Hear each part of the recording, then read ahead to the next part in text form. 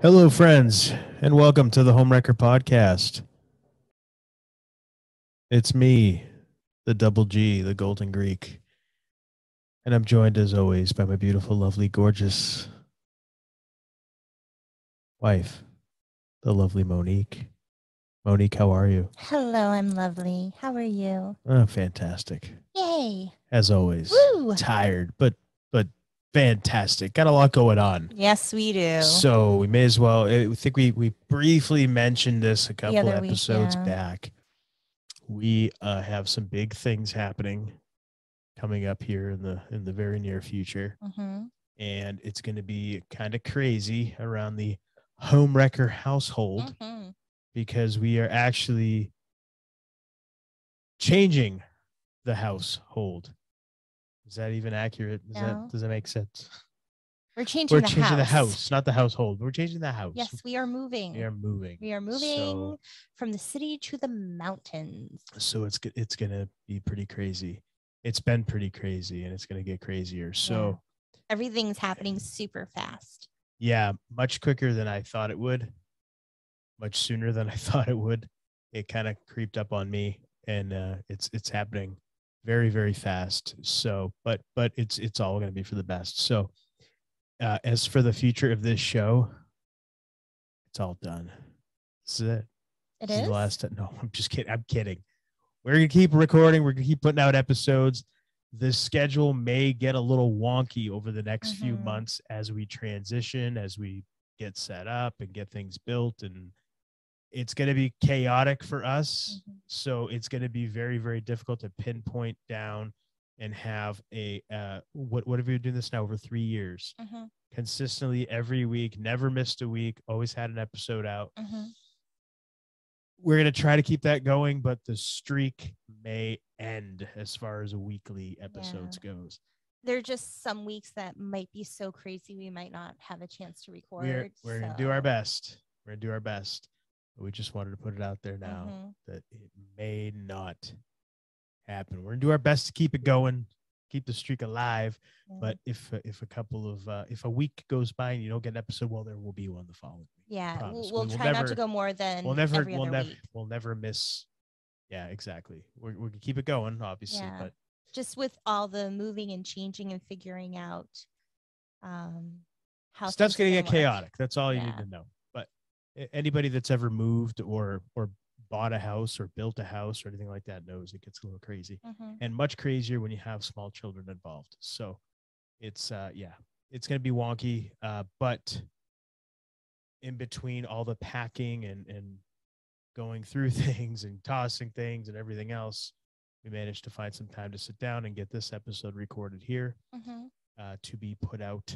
And yeah, we're going to be talking this week. Actually, before we get into it, how are you? Did I ask you that? Or did we just jump into this? I'm lovely. We just jumped into it. I do want to say, because I think this is the last week this episode will be the last time I can get it out, that I do have an upcoming group hypnotherapy session for inner child. We are going to connect with our inner child, maybe do some healing if that needs to be done, and then have time to play. And inner child work is super important. I always say everyone should at least do it at least once if you can. So jump on this opportunity if you're interested to do a group hypnotherapy session. It's via Zoom on Tuesday, May 10th at 6 p.m. Eastern Time. And essentially from the comfort of your home, you get to relax. You get gently inducted into hypnosis or induced into hypnosis, and then you get to meet your inner child and talk to them and do things with them and play with them and hopefully heal a lot and feel good. And then you come up and it's a wonderful experience. So tickets are $25 through Eventbrite. I'll have the link in the show notes. I try to make it really affordable because when I offer this, I really want everyone to have the opportunity to do it. So check it out if you're interested, please, on May 10th. And space is limited. So get your tickets now. There you go. All right. Awesome. Yeah. How about you? Anything going on with you? Just packing. Lots of packing. And yeah, that's it. I'm doing a lot of that. When you live in a house for almost a decade, you get a lot of shit. Yeah, I have to say though, most of our stuff is stuff that we use. use. Thankfully, it's not just a bunch of useless knickknacks and things. No, it's stuff we actually use. We're pretty good about getting rid of stuff that we don't use anymore, but we still have just so much stuff. So it's just going through and getting all that packaged and packed away and packed up and what have you. And yeah, that's about it. It's just yeah. It's exciting. It's yeah, a little bit. I'm trying to allow my excitement to take over so I don't get as stressed. You're a better person than I. Yeah. I think shit's going to happen I can't do anything about. Don't be excited. Embrace the chaos. Rock and roll. There you have it. So, but the episode, what we want to talk about today is homesteading. And the reason why we want to talk about it is because it's something that Alex and I have been talking about for years about trying to do. And homesteading essentially is having your own land and doing something with it, being farming, growing your own food, having livestock, doing something along those ends. You're essentially living off the land. You're living off the land. And a lot of people who do it live off grid as well. And that'd be ultimate. That's our ultimate goal. Ultimate goal for sure. Yes. I don't know how close we'd be to achieving that, but it's I mean it's something that obviously people do it. It can be done. It's one of those things that I think kind of have to ease into, especially with small. I mean, I'd be fine, but I mean with small children, I think it's kind of when they're used to all the electricity and all the gadgets and TV and all that kind of stuff. You can have electricity. You just have to have an alternate power source. Yeah, I anyway, when I'm saying off grid, I'm saying get rid of TV, get rid of all that stuff. Yeah. That's what I'm talking about. Yeah, because you're going to be too busy taking care of the property to do anything else. But that's just it. It's a lot of work that I think a lot of people hear. Oh, homestead, living off grid, blah blah blah, and they think, oh yeah, that'd be awesome. Sure, but I think a lot of people don't realize just how much work is involved in it, and it is a lot of work. So. And that's the thing. Yeah, we've been talking about it for a really long time. We're kind of finally taking steps to make it to make it reality, and it's going to be a very gradual process. Obviously, it's not something that happens right away. But yeah, we're starting by getting something built, which will be nice, and then after that, we'll move on to perhaps getting some livestock. I want a greenhouse. I have a garden there already, but growing some I want food. to make my greenhouse. Yeah. And yeah. One of the things that I think is really important for anyone interested in homesteading. And this is coming from people who have not done it yet. So this is what we've learned. Bear in mind anything that my wife is going to tell you. This is what I've learned. I'm sharing what I've learned. In mind. Figure out what you want from it. Because for us, what do we want from it? Our goals are to grow our own food, eventually get livestock and have, chickens or turkeys, eggs and meat with like some goats, and try to figure out what do you actually want from it. So when you go to get your land, how it will work for you, like what you need from it. And a couple other things I've learned. Make sure when you get your land, it's not in a flood zone. It's not in a fire zone. So if there's a lot of forest fires, you have cleared out space that your house won't catch on fire, your livestock barns won't catch on fire. That's pretty important. And make sure you have a water source, because there are people who homestead who got property that they don't have a water source. So there's no well, there's no spring, there's nowhere to get water, and they have to drive hours to get water. So that's something to keep in mind. Yeah, to keep in mind. That's really important. You mentioned livestock. Make sure that wherever, if somebody was to look into doing something like getting livestock, make sure you know the local laws Yes. in your town. So, because there's some crazy local town laws that you may be violating if you're not familiar with them. And there's local and state laws that you have to be aware of. So for here in New Hampshire, you can have livestock in New Hampshire, but certain towns or cities limit what you can do. So where we are in the city, we can't have chickens on our property. We own the land, but we're not allowed to have chickens because of how much space we have. They consider it not enough space. They won't even let you have an indoor chicken as a pet, which is stupid, but they restrict you. So make sure wherever you go, you're aware of the local laws. And another thing too is if you plan on selling from your homestead, so if you're growing food and you want to sell that, if you want to sell meat, eggs, anything, you have to make sure you're following the laws, because some places have laws that either you can't do it or you have to have some kind of license. So in New Hampshire, if you're doing it and you're making less than $20,000, you don't need a license. But that's also if you're selling off your own land, you have a farm stand, something like that. But if you're selling to a brick and mortar store, you need a license, and then you have to follow all these health codes. But if you're just, here's my property, come by and buy eggs from me, and you're making less than 20 grand a year, you're good. But it's really important to know your local laws. Unless you're out in the middle of nowhere where nobody's going to do anything, then I guess it's up to you. There you go. Yeah. Yeah. Keep all that in mind. But yeah, water, that's a big one. Yeah. Water is really big. Yeah. Make sure. The elixir of life. Make sure you got a fresh water source nearby. Yeah. Or some way to especially get if you're going to have livestock. Yeah. They need water. Yeah. Yeah. One of the other things that I started doing over the past few years in terms of growing food was I started on my back deck, and I got those planters. They're like fabric, and I got put soil in them. Grow bags. Yeah, grow bags. Thank you. And I got some like vertical planters, and I started growing vegetables and herbs on my back deck. And it was okay. But once we finally got property where we could make raised garden beds and then have a real garden, and we started doing that, we had a very successful garden. I mean, our zucchini, cucumbers, tomatoes, all the food coming up was fabulous. It was big food. It was organic. It was delicious.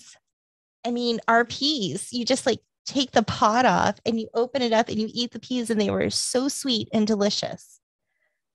But it takes time. So if you're not used to gardening, I have done so much reading, trying to learn, ask people, finding out, knowing about the land, because different climates, you need different things to grow.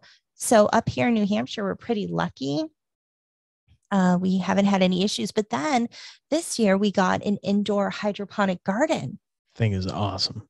Game changer. Because one of the things I don't think people realize is how much space you need to grow food. No, people don't realize it. You didn't realize it at first either. And you thought, oh, I'll just grow stuff on the back deck. What are you going to grow? Enough for what? One meal? Because you need a lot of space for food. That was just practice. Like, can I grow something without killing it? What was it like? I think it's like the 10 acres or something, or I forget what it is. You need a huge amount of land. For example, if you're going to grow enough food to feed a family of 5 for a year, it's insane the amount of land you need. So yeah, keep that in mind. If you're one of those people that's looking to just leave it all and go and start and live off the land, you need a lot of land, and you got to know what you're doing in order to grow a lot of food. So one of the things that I did when I started growing was I thought, okay, I'm going to plant from seed, because I know like the seed is organic, it's non-GMO, and I'm growing this plant myself. I know what's going into it. I'm putting the care into it. So I thought, okay, I'll do a couple things of each. And keeping in mind, not every seed grows, not every plant survives. And I started doing an indoor garden to grow the seeds to get them to sprout. And once they got a few weeks old and I felt that they were ready to go out, I started what's called hardening them, where I took my little indoor garden, my little indoor greenhouse, and I brought it outside. And I would bring them in and out so they get used to the weather until they were finally ready to be outdoors. But realizing that with what I grew, how little return I got from it, herbs, I was able to make use of them because I used them in my incense, and that was pretty okay. But for the vegetables, I really didn't get much. It was great to do it and try it and see what I could do, but we just didn't have enough space here to grow enough food to feed us. And then when we started doing the garden on the other property, it was bigger. But again, I mean, you have like 4 strawberry patches. That's enough for one person, maybe, and not even to have some every day. I think I planted 1, 2, 3 or 4 things of peas. That's enough maybe to get enough for a little to add in a meal or something, but it's not enough for a family. Cucumbers we got plenty of. I think I did like 4 cucumber patches and got plenty of those, but it's just such an eye opener when you think, oh, this seems like it'll be a lot. And once you're actually collecting it to realize this isn't enough. And another thing that I learned was you have to space out when you grow things, because certain things that you grow, you're not, like lettuce and a lot of greens, you can't really save that. There's a lot of stuff you can grow that you can or freeze, but some stuff you just can't. And lettuce is one of those. So when you're growing lettuce, you can't just grow it all at once because it'll start to go bad. You have to pick it and use it. So you have to space out the time when you're growing it. So these were the things that I learned with gardening and growing my own food, that if you know nothing about it, it's really helpful to know, because it was an eye opener for me. For sure. Yeah. The gardening stuff, I know very, very little.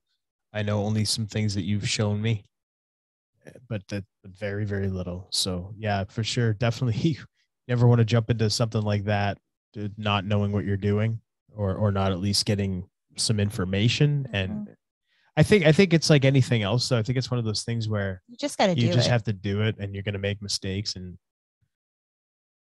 it's, you got to learn from those mistakes and not make them again. But I feel like if you have the luxury of time to take time and do it over time to practice, that is helpful, because from where I was a few years ago to where I am now, and everything that I've learned and all the work that I've put in, I really feel like every year I'm more and more successful with my gardening, with my growing food.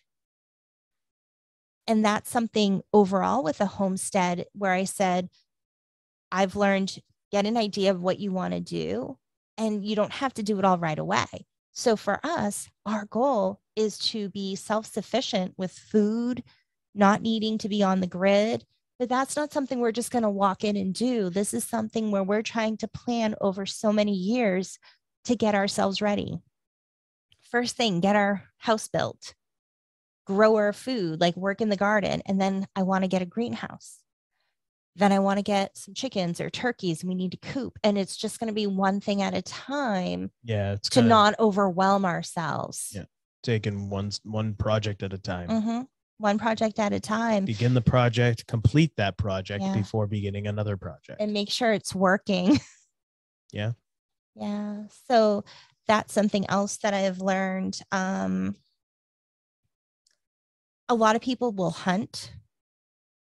We're not really hunters. It's something that I do want to do. Something I've always wanted to go hunting and learn how to do all that kind of stuff. because just for the sheer, just because of the goal of what we wanted to do. I've always wanted to learn how to do that. So it's something that I see in the future happening, but it's not something, again, going to just jump right into. It's, again, taking time and learning about these kind of things. I was actually talking to our neighbor a couple of weeks back who said, you can just take an online hunting course. Okay, everything's online now, right? But I don't want to take an online hunting course. I'd rather go out with somebody and I'd learn by doing. I'm one of those learn by doing Me type. too. So yeah, but that's something for sure. And it's one of those things that it's, learning how to not only just hunt, but to clean the animal, get it prepped and ready so that you can use all parts of the animal, nose to tail. You got to learn how to field dress. Yeah. Like I don't know any of that stuff at all. And to be quite honest, I've mentioned it before. I don't like gore in movies and things like that. So it's kind of one of those things where I don't know how I'm going to react when eventually comes time to learn how to do that stuff. If I'll have the stomach for it, I'm sure I'll be fine, but there is that uncertainty because I've never done it before. And because I don't know how I'll do with it, but. And we've had this conversation about with the poultry, the chickens, I'm probably going to be the one killing them and cleaning them and doing all that work. And of course, in my mind, my thought is give them the best life possible. Try to do it so they don't feel anything. It's really quick and painless. And then for me, because I've actually had friends who go hunting and they bring it to me and I clean the bird out.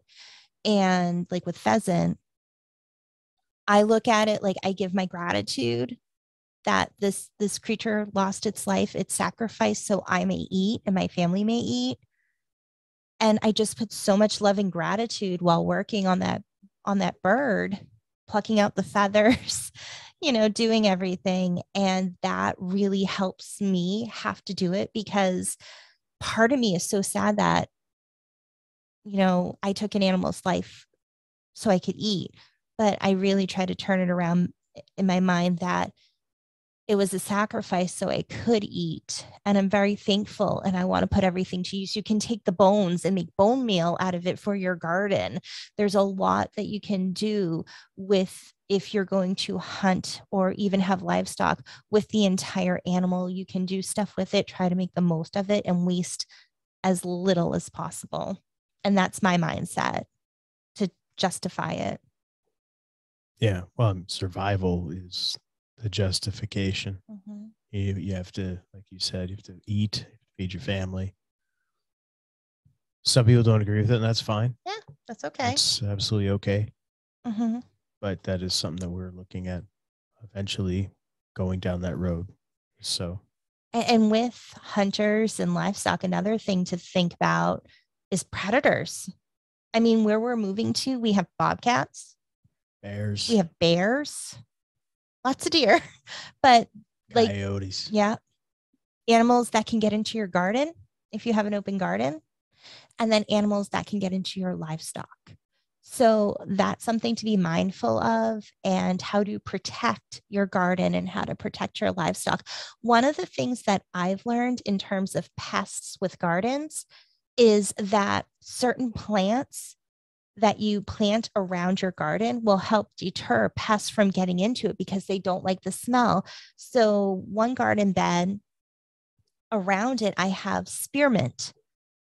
Doesn't really get touched. I mean, for the most part, what does fine. What keeps that keeps what particular animals? It's the smell. Certain bugs and then certain animals don't like it. I can't remember off the top of my head. I was trying to we have wild spearmint that grows. So I just kind of cut some, I pulled some up and I replanted it and it thrived. Yeah, like we have spearmint, fennel, mugwort, just wild growing, which is great. But I'm trying to make use of what we can use to try to keep pests away. It's incredible how much stuff you can do just off the land naturally, that you don't need a man-made or a synthetic solution. There's so many different things you can do if you know. And that's just it. Like starting this journey, realizing just how little I know about my surroundings, the outside world, because so much of modern life is either inside or on a screen, especially these last 2 decades, looking at your phone, watching TV, looking at your tablet or computer screen, whatever the case may be.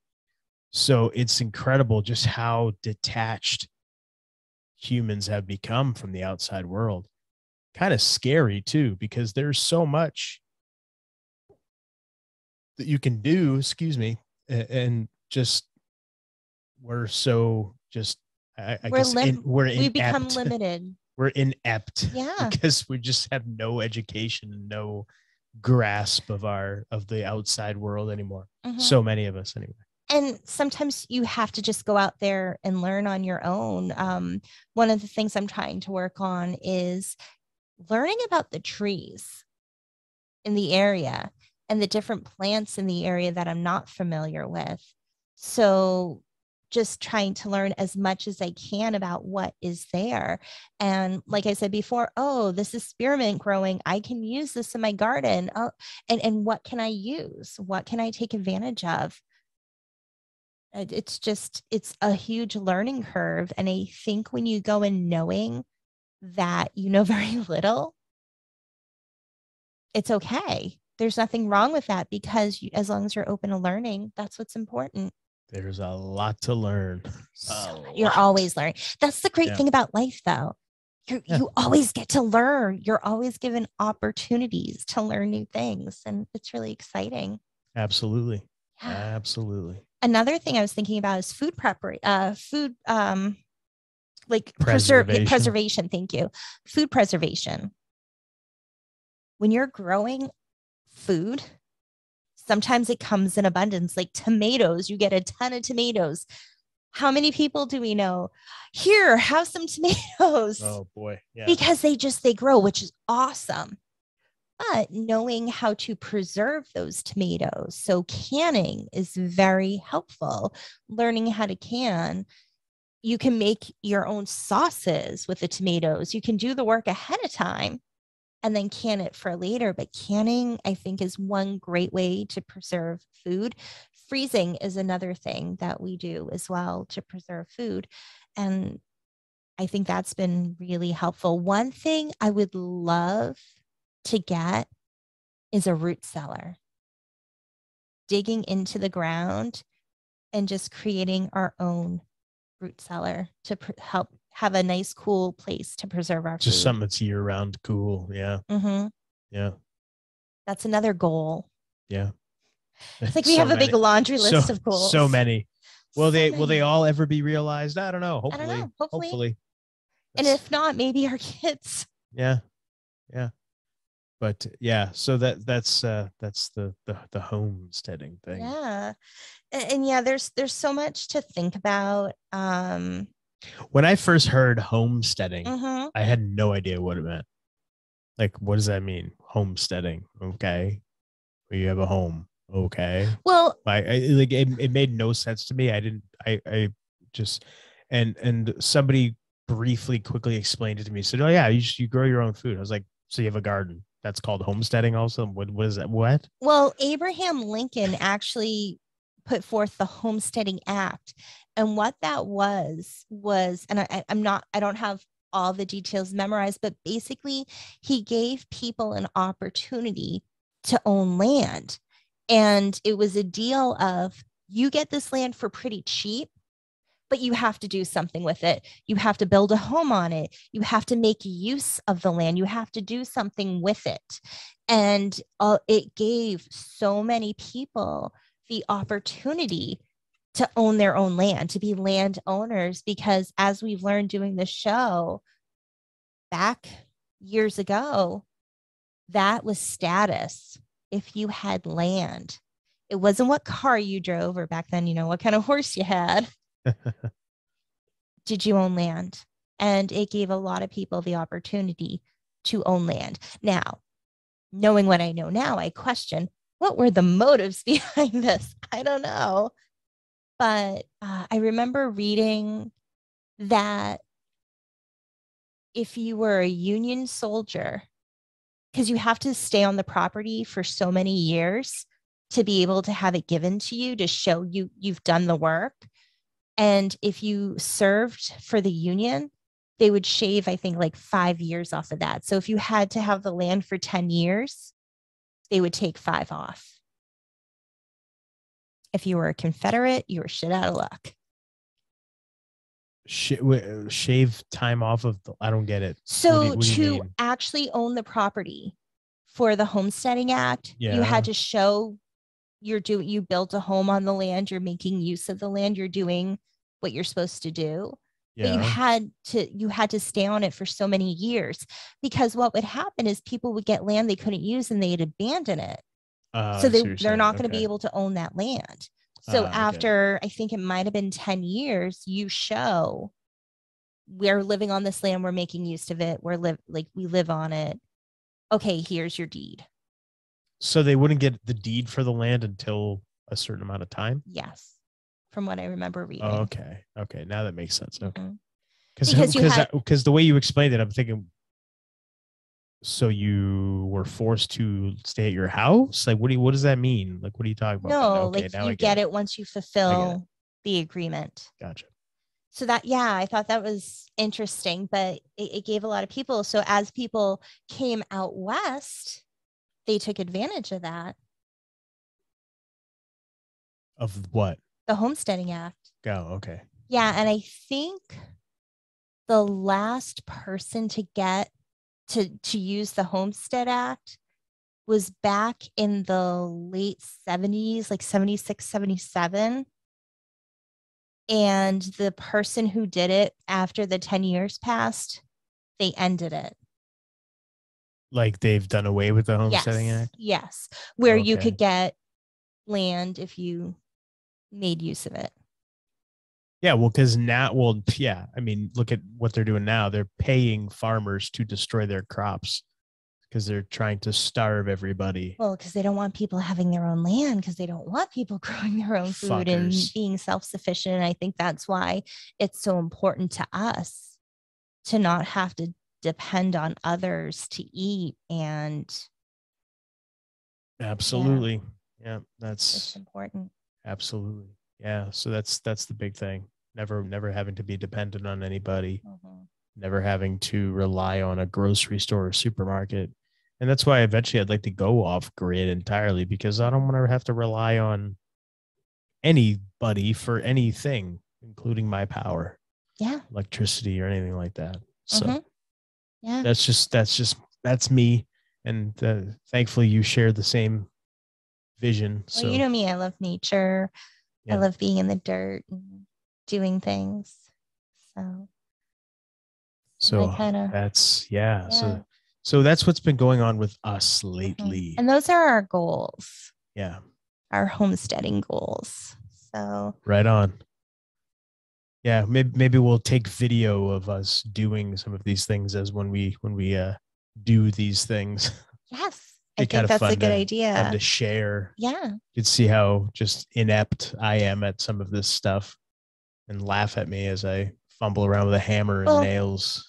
I was inept with gardening, and I've done better and better because I just keep trying and I keep learning as much as I can. Well, that's what you have to do. Yeah. I think another really important thing that just popped in my head is, if you do plan on homesteading, and that's a goal that you have, it's really important to know your neighbors, because here where we are now, we know our neighbors and we help each other out all the time. But when you're on acres of land and the neighbors are fewer and further between, if you need help, you want to be able to have those people there to help you, and you want to be able to help them if they need help. I mean, if your neighbor has a tractor and they'll let you borrow it, that's awesome. You don't have to go pay to rent one. And you just all take care of each other, because that's another thing I'm really big on is just community. And if you have a lot of people with that same mindset and they're living off the land too, being there to help each other out, I think is really important. And obviously you can't help it if you move somewhere and you have an asshole for a neighbor. But I think it's important to keep in mind making the effort to talk to them, to try to put yourself out there and introduce yourself and try to make friends. Because we know that a lot of people don't do that. People live in apartments. They don't know who's in the same building as them. They live in houses. The houses are right on top of each other. They don't know their neighbors. And that's the kind of life I don't want to have. That is the world we live in now, though. And I don't want to be a part of that. And that's why I like to get to know my neighbors. Yes. Mm-hmm. Wonderful. Well, kind of a shorter episode today. Yeah, that's okay. We want to share where we're at and where our mind is and what we're doing, what we're up to, what the future will bring, what the future holds. So again, just if a week goes by and all of a sudden on a Wednesday there's not a new episode, it's not because we forgot. It's because stuff just maybe got crazy and we didn't get a chance, but it'll be out shortly after. Yeah, sure. Yeah. Because we are dedicated to keeping this thing going. Mm-hmm. We're committed to do that. It's just, especially for these next few months, it's going to be a little wonky. So yeah, and we need to make sure we're getting done everything we need to, because we got to be out of here by a certain date, and then we have to get everything set up, and we have a lot of work ahead of us. So lots and lots. Yeah. One thing I do want to say though, if you are a homesteader and you're hearing or watching this, and you have any advice, please share it. Like, let us know, let our hearers and watchers know, because I shared with you guys what I've learned so far. And that's just like a little bit. And I'm totally open to learning from other people. And again, we're putting ourselves out here to try to learn as well and get other people to want to learn. So let's help each other out. If you have any awesome tips or tricks, share it. Any cool links that have information, share it, because you can get a ton of information online, but the best information is from people who've already done it. 100% agree. And another thing, just to, I've been saying on this show, especially, how I want to unplug and remove and everything. And we're finally doing that. We're getting one step closer. Trying to, again, not just talk it, but trying to walk it too. Trying to lead by example. Mm-hmm. So anybody that's listening that doesn't think it's possible, it is. You can make anything happen. Mm-hmm. You just have to do it. That's it. And again, like I said, I'm inept at a lot of this stuff. I don't know a lot of this stuff, but I'm willing to learn, and I know it's going to be hard. I know it's going to be difficult. I know it's going to suck a lot of times. Be fun. But well, it's going to suck because it's something you're not used to. It's like anything else. For me watching it's like anything else. Growing hurts. Yeah, growing. But it ultimately, you come out the other end of it, a better person, a better human, and better for having had the experience. So that's what I'm looking forward to more than anything. And again, eventually just being completely self-sufficient and doing what I've been talking about doing for so many years and for so long. And now just finally the wheels are in motion and it's starting to get going. So, all right. Well, until next time, I am the Golden Greek, Alex Arion, joined as always by my beautiful, lovely, gorgeous, intelligent wife, the lovely Monique. And you've been listening to the Homewrecker podcast.